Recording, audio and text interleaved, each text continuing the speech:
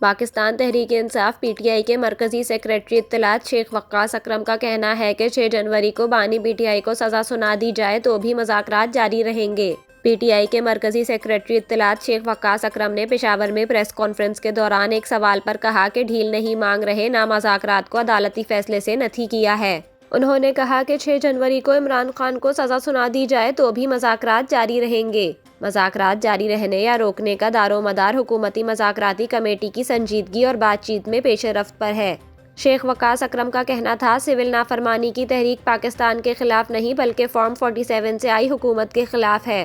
دوسری جانب لاہور کی عدالت میں پیشی کے موقع پر گفتگو کرتے ہوئے شاہ محمود قریشی کا کہنا تھا کہ مذاکرات مثبت نتیجے پر جانے چاہیے ورنہ حکومت ڈگمگا جائے گی۔